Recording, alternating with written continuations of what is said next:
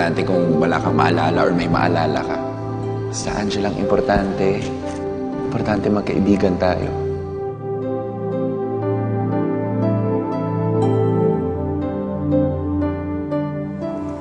Gusto ko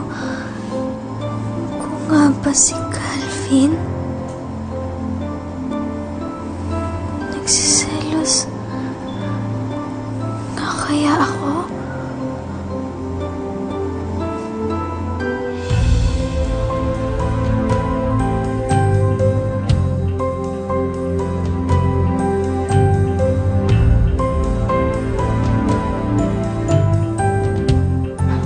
Still up. I mean, it's way beyond her bedtime already. Kaya mo makakatulog din yan. Alam mo, ganun talaga. Magbabago talaga yung mga schedules niya dahil nagbabago ang mundong ginagalawan niya. Ikaw, kanina, nung sinundo mo siya, may napansin ka ba? You know what, actually, Doc? Bago ko siya nalapitan, may mga kinausap na ako ibang tao. And it seems like she's starting to adapt to the workplace. And more than that, she's been experiencing and exploring different emotions too.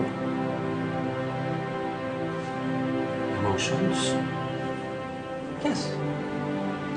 She's been displaying different reactions.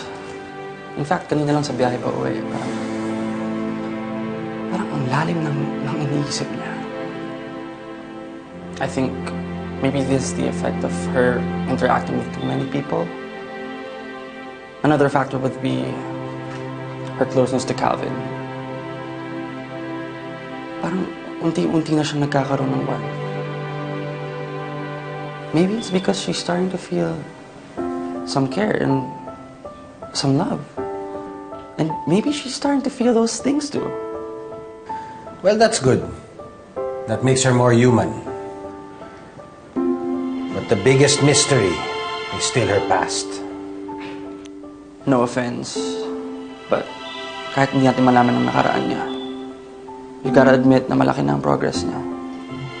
Alam mo, Bernard, kulang pa din eh. If we can just discover what happened to her, naniniwala ako na mas madali natin siyang mapapagaling. Kaya mahalaga pa rin na malaman natin ang punot dulo nito. Sino ba ang mga magulang niya? At bakit siya inabandona?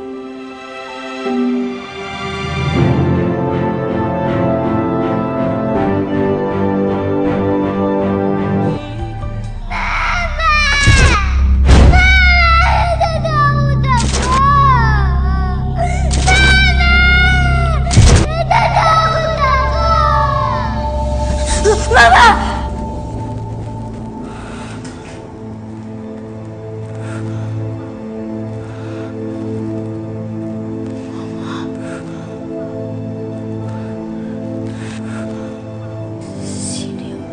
Sino yung batang umiiyak?